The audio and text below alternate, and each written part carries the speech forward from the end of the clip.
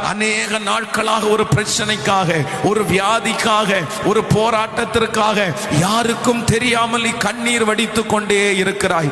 யாருக்குமே அது தெரியாது. உன்னை பார்க்கிறவர்கள் எல்லாரும் சந்தோஷமாகத்தான் பார்க்கிறார்கள். நீ அநேகருக்கு முன்பாக மகிழ்ச்சி உள்ள ஆளாய் தெரிகிறாய். ஆனால் உன்னுடைய இருதயம் அழுது கொண்டே இருக்கிறது. நீ வேலை ஸ்தலத்திலே யாருக்குமே தெரியாமல் அழுது கொண்டிருக்கிறாய். அது யாருக்கும் தெரியாது. கர்த்தர் அதை பார்க்கிறேன் என்று கர்த்தர் வாக்கு கொடுக்கிறார்.